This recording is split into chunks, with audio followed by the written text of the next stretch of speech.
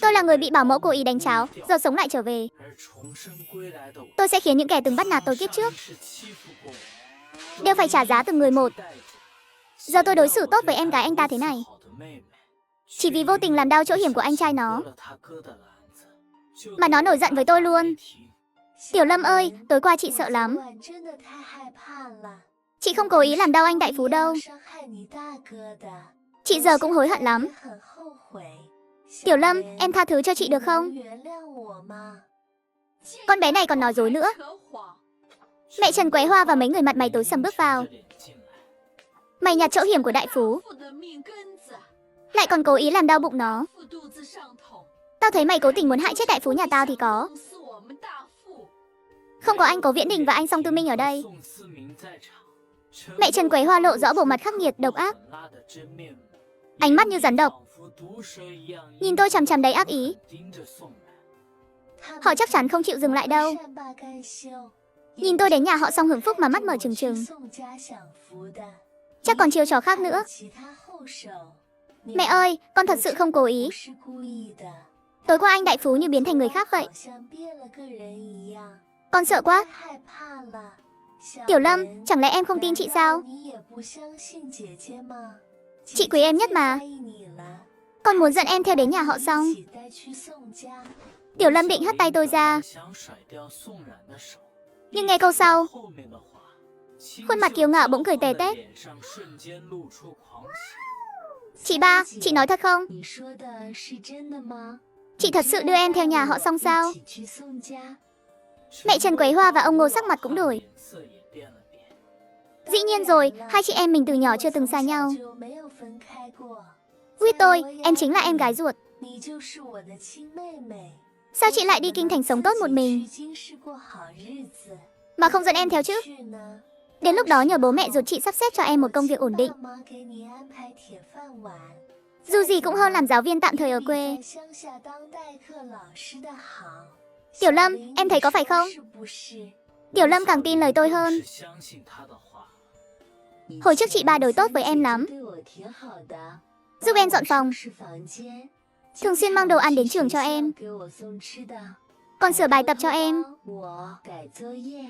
Chẳng để bụng chuyện em từng bắt nạt chị. Chị ba nói dẫn em đi, chắc chắn là thật lòng. Mẹ, con muốn đi với chị ba. Chị ba, con chẳng muốn làm giáo viên tiểu học tạm thời đâu. Mỗi tháng nhiều nhất được 3-5 đồng. Nghe nói váy đẹp ở trung tâm bách hóa, một chiếc cũng mấy chục đồng. Con nhịn ăn nhịn uống cả năm mới mua được một chiếc váy xinh. Mẹ Trần Quế Hoa cũng thầm tính toán. Con gái út học hành không tốt, chẳng thi đỗ trung cấp sư phạm, cắn răng cho nó học tiếp cấp 3. Chỉ mong sau này nó làm giáo viên. Giáo viên tạm thời cũng có cơ hội thành chính thức. Nhưng mẹ từng làm bảo mẫu ở nhà họ Song. Mười mấy, 20 năm trước, bà Song một chiếc váy đã không chỉ vài chục đồng. Nghe anh Song Tư Minh nói, Minh Châu ở nhà họ Song rất được cưng chiều. Chẳng lý nào con gái lớn hưởng phúc ở nhà họ Song, còn con gái út chịu khổ ở quê. Con bé họ Thẩm này, con thật sự muốn dẫn em út cùng về nhà họ Song sao? Mẹ thật không nỡ xa Tiểu Lâm. Lên kinh thành, con chẳng quen ai cả. Có Tiểu Lâm làm bạn, con cũng yên tâm hơn. Tiểu Lâm thông minh thế này, chắc chắn ai cũng thích. Nếu không phải không tiện, con muốn dẫn cả nhà mình lên kinh thành luôn. Ngoài cửa, anh Cố Viễn Đình nghe thấy, Lý Dũng cũng hơi ngớ người. Anh bình thương con bé này cô đơn không nơi nương tựa, sợ nó bị nhà này hung dữ bắt nạt. Vậy mà con bé này lại chủ động lấy lòng những kẻ từng bắt nạt mình. Đây chẳng phải kiểu nhát gan hay bị bắt nạt sao? Giờ vì tôi nói dẫn Ngô Tiểu Lâm về nhà họ Song, mẹ Trần Quế Hoa và mấy người bắt đầu dục dịch. Tôi thấy mắt họ đảo qua đảo lại. Bố mẹ và anh hai cũng đi được mà. Minh Châu là con gái ruột, em gái ruột của mọi người. Mọi người đến thăm chẳng phải chuyện đương nhiên sao? Đúng thế, đến lúc đó tìm cách ở lại kinh thành luôn. Mẹ Trần Quế Hoa vỗ đùi cái đét, lập tức đi tìm anh Song Tư Minh. Cuối cùng anh Song đồng ý, dẫn Ngô Tiểu Lâm và tôi cùng vào kinh. Còn mẹ Trần Quế Hoa, họ quyết định đợi anh cả khỏe lại, rồi mới lên kinh thành thăm con gái ruột. Cũng lo nếu đi đông quá ngay sẽ làm phiền Song Minh Châu, khiến nhà họ Song không vui. Trước tiên để Tiểu Lâm đi dò đường đã. Lúc này, một người phụ nữ xách hộp cơm bước tới. Cô là Song Nhiên đúng không? Cô chắc chưa ăn sáng. Lại đây ăn chút lót dạ đi. Cảm ơn chị nhiều. Chị ơi, chị là ai vậy? Tôi là Châu Hồng Mai. Chồng tôi là Lý Dũng, là một đội trưởng nhỏ, từng là chiến hữu của anh Cố Viễn Đình. Anh Cố nhờ chồng tôi, bảo tôi đến chăm sóc cô vài ngày. Cô cứ gọi tôi là chị dâu nhé. Chị dâu, thế này phiền chị quá. Cơ thể tôi đỡ nhiều rồi, không cần người chăm đâu.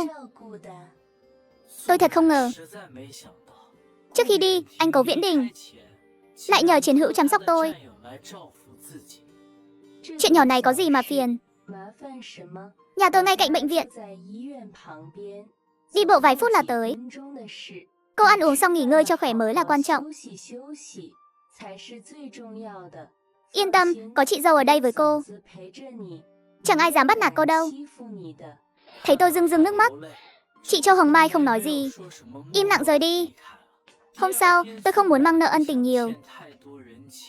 Dậy rồi, tôi tìm anh Song Tư Minh, bảo cơ thể tôi ổn rồi, có thể về kinh thành. Cũng lo anh đại phú tỉnh lại sẽ nói gì đó, để mẹ Trần Quế Hoa lại ra tay với tôi lần nữa, tránh để đêm dài lắm mộng. Người ta rõ ràng bị cố ý đánh cháo. Con gái cưng trong lòng bàn tay, lưu lạc đến vùng núi cắt cỏ lợn. Còn con gái nhà họ Ngô lại sống vui vẻ trong thế giới vốn là của cô ấy. Nhưng khi anh ruột tìm đến đón về, cô ấy lại chủ động xin dẫn cả nhà bố mẹ nuôi theo. Và cuối cùng, sau khi cố gắng, chỉ dẫn được em gái Tiểu Lâm đi trước. Đến nhà họ xong, con nhớ để tâm nhiều chút, coi chừng con bé đáng ghét đó. Đừng để nó cướp mất sự yêu chiều của chị ruột con ở nhà họ Song. Con phải tìm cơ hội trả thù cho anh cả. Những gì mẹ dặn tối qua, con nhớ kỹ nhé. Hôm nay mí mắt mẹ cứ giật. Cảm giác Song Nhiên đi thế này, mọi chuyện sẽ không kiểm soát được nữa. Biết rồi mẹ. Mẹ nói cả 100 lần rồi. Rồi ba người họ cùng lên tàu. Còn bên nhà họ Song, Trinh Huyền đang chỉ đạo bảo mẫu trải giường, vừa cau mày vừa nói, đúng là kiếp trước cô ta, người chưa tới, đã khiến tôi phải sắp xếp thêm một người ở.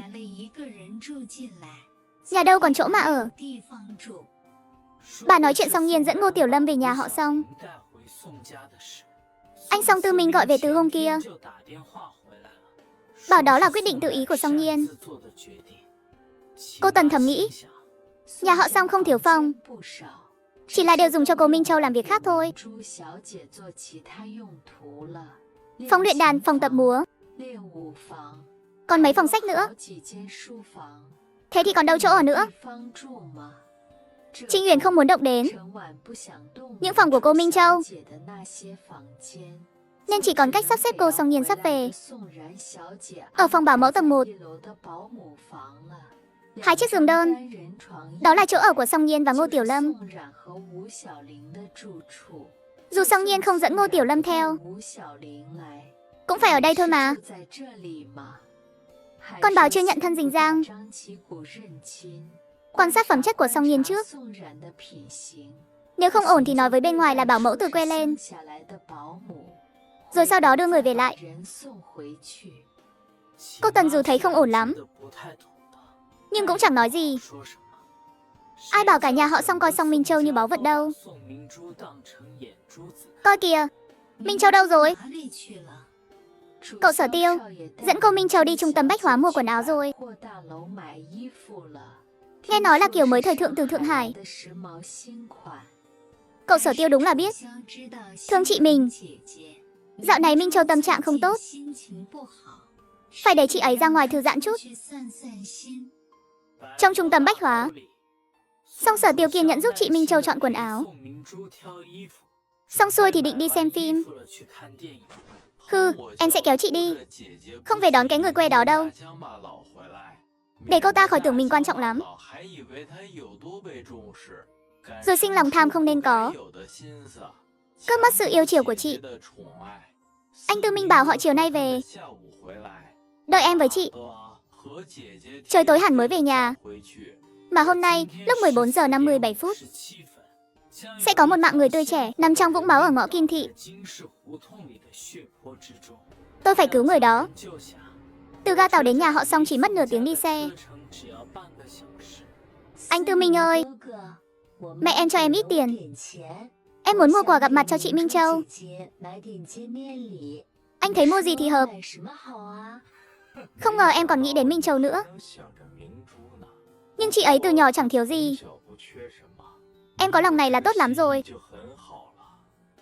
Không như một số người, đánh mãi chẳng nói được lời nào. Chẳng biết trong lòng giấu ý xấu gì. Tại mẹ Trần Quế Hoa họ, kể nhiều chuyện hồi nhỏ của Song Nhiên. Có chuyện bịa đặt hoàn toàn. Có chuyện thêm mắm dặm muối. Bảo cậu ta như chó cắn người. Bình thường chẳng kêu, nhưng cắn thì cắn ác lắm. Cậu ta dám làm đau chỗ hiểm của anh đại phú, lại còn làm đau bụng anh ấy nữa. Thế thì tốt lành gì nổi. Chị Minh Châu trong lời anh Tư Minh đẹp đẽ thế,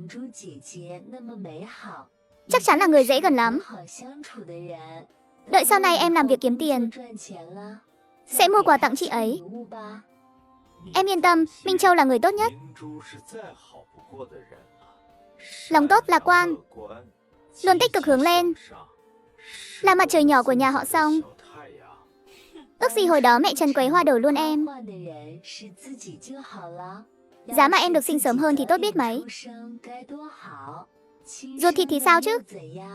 Chưa kịp chào em đã đi rồi. Đến nhà họ Song, em sẽ cùng chị ruột chị Song Nhiên một trận, cho cậu ta chuồn về quê trong nhục nhã. Em đau bụng quá. Phiền anh dừng xe gấp dùm em. Song Nhiên, cậu bị gì vậy? Tự nhiên đập xe làm gì? Không biết nguy hiểm lắm à? Xin lỗi, nhưng em thật sự không chịu nổi nữa. Song Nhiên trông như bị hoảng sợ. Mặt mày tái nhợt, tay ôm bụng, có vẻ khó chịu lắm. Anh Song Tư Minh nhớ lại trên tàu, Song Nhiên cứ chạy vào nhà vệ sinh suốt, sắc mặt khó coi. Sắp đến nhà rồi. Cậu không nhịn nổi một chút thôi sao? Ra khỏi ga em đã thấy bụng không ổn rồi. Đến giờ thật sự không nhịn được nữa. Điều tại em không tốt, vội vàng đạp phanh mấy lần. May mà đây có nhà vệ sinh công cộng, cho cậu ta vào đó trước đi. Tư Minh, anh xem, có nên đưa cô bạn này đi bệnh viện kiểm tra răng không? Răng cửa em. Anh Tư Minh, làm sao đây? Liệu có nối lại được không? Lúc đầu Song Nhiên bị đau bụng suốt, tôi còn thấy khoái chí trong lòng. Vì đồ ăn khô là mẹ Trần Quế Hoa chuẩn bị, cố ý bỏ thuốc sổ vào phần của Song Nhiên. Nhưng giờ chính tôi bị gãy răng cửa. Làm sao tôi cười nổi đây? Đi bệnh viện trước. Cậu ở đây đợi ngoan nhé. Chúng tôi từ bệnh viện về sẽ quay lại đón. Không được chạy lung tung. Anh từ quê đón em gái về nhà, vậy mà làm cậu ta ngã rồi bỏ bên đường, bắt cậu ta tự đi bộ về. Nhưng tôi chẳng những không giận, còn cười lên. Tôi không về nhà ngay, mà đi vào một con ngõ. Ở chỗ ngõ đó, không được hét lên, không tao làm hại mày. Trong ngõ, hai thanh niên cầm dao găm ép sát một người phụ nữ trung niên dựa tường. Một tên khác trông hung dữ, mắt đầy tham lam, đưa tay nắm chiếc đồng hồ vàng trên cổ cô ấy. Không được, đồng hồ không thể lấy. Nó rất quan trọng với tôi. Trong tôi có tiền. Mấy người cứ lấy đi. Tôi sẽ không báo cảnh sát. Chồng tôi là thương nhân từ Hồng Kông được nhà nước mời về. Ông ấy rất giàu. Tôi có thể cho mấy người nhiều tiền hơn. Miễn là đừng lấy đồng hồ của tôi. Nhưng cô ấy rõ ràng đánh giá thấp hai tên này. Nhìn qua góc ngõ là biết. Hai tên này vừa ra tù không lâu. Chúng cướp tiền xong sẽ chạy trốn khắp nơi, chẳng ở lại kinh thành đâu. Nên không đời nào đợi chồng cô ấy mang tiền đến. Chúng cũng không dám mạo hiểm lớn vậy. Đưa đây mau. Hai tên mất kiên nhẫn. Lo có người đến nên ra tay cướp. Bắt đầu giằng co. Ai ngờ Hoắc Thu Hạ chẳng biết lấy sức đâu ra, húc đầu vào mũi một tên. Máu chảy lanh láng. Tao làm hại mày. Đúng lúc này, Song Nhiên từ phía sau lặng lẽ vòng tới. Hai tay cầm gạch, đập mạnh vào đầu hai tên, máu túa ra, chảy đầy mặt. Đồ khốn. Một tên đầu vỡ ngã xuống. Tên còn lại vẫn còn sức, giơ dao lao tới Song Nhiên, đâm tới hung tợn. Cẩn thận. Song Nhiên né người, đá mạnh một cú vào hạ bộ đối phương. Nhân lúc tên đó kêu la thảm thiết, trước ánh mắt ngỡ ngàng của Hoắc Thu Hạ, Song Nhiên lục trên người tên cướp lấy dây thừng, trói chặt chúng lại, rồi nhặt túi trên đất đưa cho cô ấy. Cô ơi, cô có bị thương không? Hoắc Thu Hạ thở hổn hển lắc đầu. Nhưng ngay sau đó, cô ấy ôm bụng khó chịu. Kiếp trước, Hoắc Thu Hạ bị cắt cổ, bụng trúng 3 nhát dao, cùng thai nhi 7 tháng trong bụng chết thảm. Còn Song Nhiên sống lại, dĩ nhiên không thể làm ngơ. Lúc này, Doãn Kiệt Phong, đại gia Sông Tương, thấy vợ ôm bụng, đứng bình an trên đất. Hai thanh niên bị trói chặt nằm trong vũng máu. Anh Hạ. Anh Phong. Nhờ cô bé này đấy. Không thì em suýt nữa không gặp được anh. Anh xem, chỉ chút xíu nữa thôi. Dao suýt đâm vào bụng em. Còn chúng ta suýt nữa. Doãn Kiệt Phong nghe vợ kể, sợ hãi không thôi. Lại không nỡ trách cô ấy, vì chiếc đồng hồ vàng đó do con trai độc nhất của họ tự tay làm tặng mẹ. Mấy năm trước gặp tai nạn mất, nên vợ anh không bao giờ tháo ra. Ban nãy em đau lắm, cũng may giờ đỡ rồi. Tài xế đi liên lạc với công an lục địa. Không, đưa vợ tôi đi bệnh viện kiểm tra trước. Cô Song, cô đi cùng chúng tôi đến bệnh viện kiểm tra nhé. Anh ấy nói tiếng phổ thông hơi ngọng, nhưng tôi hiểu được.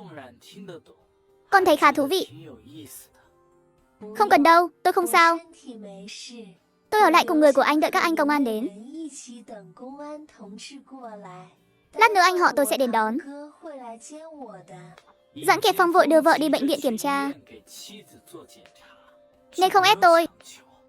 Dặn vệ sĩ đợi người nhà họ Song đến, tự mình đưa tôi về. Ngày khác anh ấy sẽ đích thân đến cảm tạ. Chẳng mấy chốc các anh công an đến. Tôi kể lại sự việc, làm biên bản. Vụ này liên quan đến vợ một đại gia Hồng Kông, nên không phải chuyện nhỏ. Các anh công an hỏi rất kỹ. Ban đầu còn nghi ngờ tôi xuất hiện, có phải trùng hợp quá không? Khi biết tôi hôm nay vừa xuống tàu, nghi ngờ đó mới được xóa bỏ. Anh Tiêu ơi, tay anh chảy máu kia, nhìn như bị gãy luôn rồi. Ôi, anh ấy không đau sao nổi. Tôi của thật có sức chịu đựng đáng kinh ngạc. Hồi nhỏ thường xuyên bị đánh đập hành hạ, còn không được khóc. Có lẽ lúc đập gạch quá. Lúc đó chỉ nghĩ không để bà bầu bị thương, chẳng kịp nghĩ đến hậu quả gì. Không sao đâu, về nhà tôi tự băng bó một chút là ổn. Hồi trước tôi dùng liềm cắt cỏ lợn, từng cắt đứt cả ngón tay. Toàn tự lấy thảo dược băng bó thôi. Một cô gái nhỏ mà khống chế được hai tên côn đồ. Hóa ra nhờ sức bật kinh người và lòng can đảm. Vẫn nên đến bệnh viện băng bó tử tế. Kẻo sau này ngón tay biến dạng thì không đẹp đâu. Tôi phải ra đầu ngõ đợi anh họ. Để anh ấy đến không tìm thấy tôi. Các anh công an, sau này có việc gì cứ đến khu quân đội tìm tôi nhé. Bố tôi tên là Song Quốc Vĩ. Ông Nhị Song là bố cô à? Nhưng ông Song chỉ có mỗi Song Minh Châu là con gái thôi mà.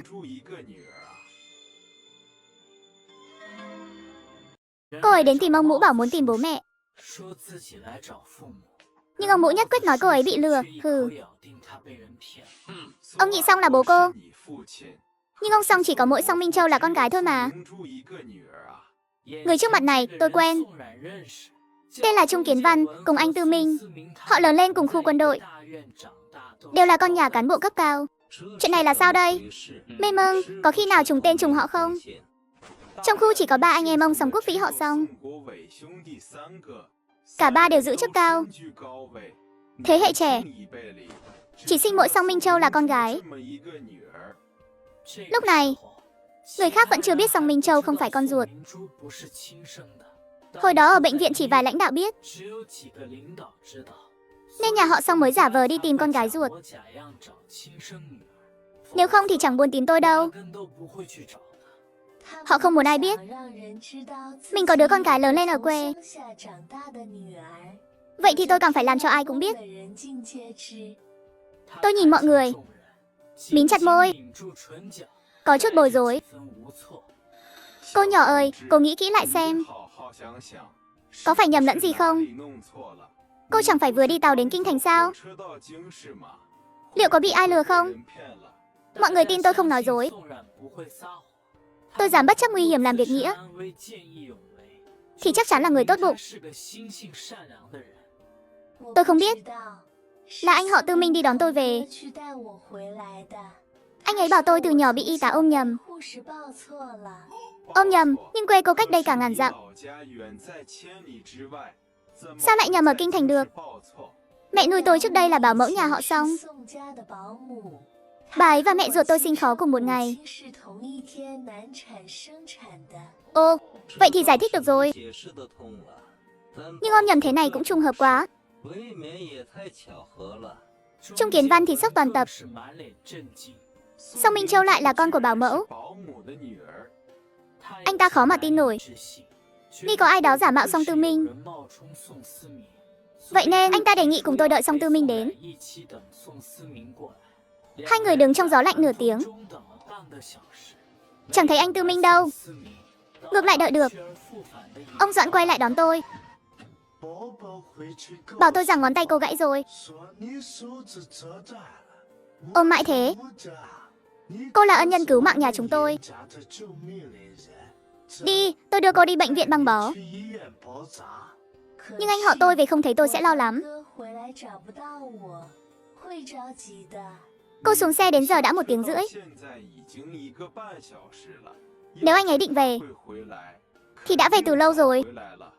Cô Song Nghiên ơi, thế này đi, cô theo ông Doãn đến bệnh viện trước. Băng bó xong, chúng tôi sẽ đưa cô đến nhà họ Song.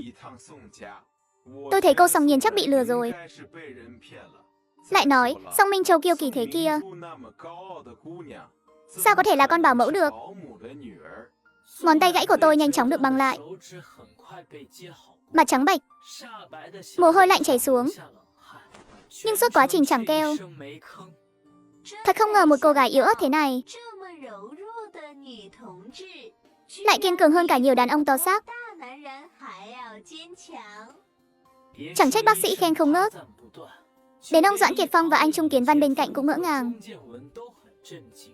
Nếu không tận mắt thấy, thật khó mà tin nổi.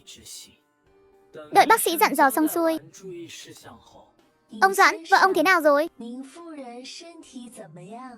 Cũng ở bệnh viện này à? Cô ấy không sao, nhờ phúc của cô đấy. Nhưng tôi muốn cô ấy ở lại viện theo dõi vài ngày, cho chắc chắn hơn. Cô ấy cứ nhắc đến cô suốt. Muốn tự mình cảm ơn cô tử tế. Để tôi dẫn cô qua đó. Thế thì tốt quá. Bên kia, Tiểu Lâm và anh Tư Minh vừa từ khoa răng ra. Thấy bóng lưng của tôi, Tiểu Lâm thì đầy oán hận. Vì bác sĩ bảo răng cửa cô ấy không nối được. Phải đợi 1 tháng sau mới lắp răng giả. Nghĩa là cô ấy phải để răng cửa hở cả tháng. Nhầm rồi chăng? Cô ta sao lại ở đây được? Anh Tư Minh sắc mặt khó coi. Đáng ra đã về nhà từ lâu. Tại tôi bất ngờ đập xe, làm phanh gấp, nên Tiểu Lâm bị gãy răng cửa. Thật đúng là mất thời gian vô ích. Tất cả đều do tôi gây ra. Ngày đầu đến kinh thành đã gây rắc rối lớn thế này. Đúng là chuyên gia gây phiền. Nên dù biết tôi mặc ít, anh ấy cố ý không cho tài xế đưa tôi về nhà họ Song trước, để phạt tôi cho ra trò. Giờ này chắc tôi nhà vệ sinh công cộng chịu gió lạnh. Sao có thể cùng người khác đến bệnh viện? Thật mà, em không nhận nhầm đâu. Cô ấy là chị em. Du Hóa cho em cũng nhận ra. Em nói cô ta chẳng đứng đắn. Ngày đầu đến kinh thành đã bán được người giàu. Người đàn ông vừa nãy trông giàu có lắm. Áo lông trồn, sang trọng ghê. Giày da đen bóng loáng. Sau lưng còn có vệ sĩ mặc VC đi theo. Biết đâu là nhân vật lớn ở kinh thành. Anh Tư Minh nghe xong, mặt càng khó coi hơn. Lông mày nhíu chặt, lập tức đuổi theo. Anh ấy không thể để tôi làm xấu mặt nhà họ Song. Nhưng tìm một vòng chẳng thấy ai. Nghi ngờ Tiểu Lâm nhìn nhầm. Quay lại chỗ cũ xem cô ta còn đó không. Ở chỗ nhà vệ sinh. Đợi tài xế lái xe về. Trước nhà vệ sinh chẳng có ai. Tài xế xuống gọi mấy tiếng cũng không ai trả lời.